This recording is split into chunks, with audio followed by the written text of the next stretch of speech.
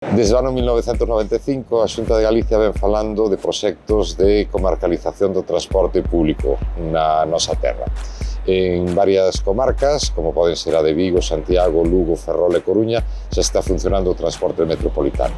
Pois ben, na comarca de Ourense, no entorno da capital, non está previsto aínda o funcionamento do transporte metropolitano. Barbadás, como outros concellos da nosa bisbarra, xa teñen desde hai máis de un lustro aprobadas as ordenanzas municipais que permiten a entrada en vigor do transporte metropolitano. Por que é tan importante o funcionamento deste servicio? Pois ben, é esencial a efectos de poder medrar poboacionalmente, de asentar poboación, do crecemento demográfico e, por suposto, tamén para o crecemento económico e para a mobilidade, evidentemente.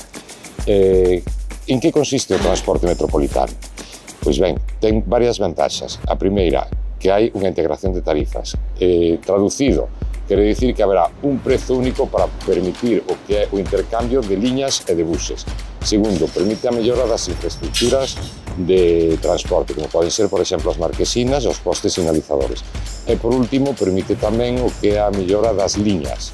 Barbadás aposta polo transporte metropolitano. Barbadás, desde hai anos, ten xa implementado o que son as ordenanzas que permiten o funcionamento do transporte metropolitano e que, ademais, suporía para os veciños e veciñas de Barbadás un custe moito máis baixo do que é o transporte urbano.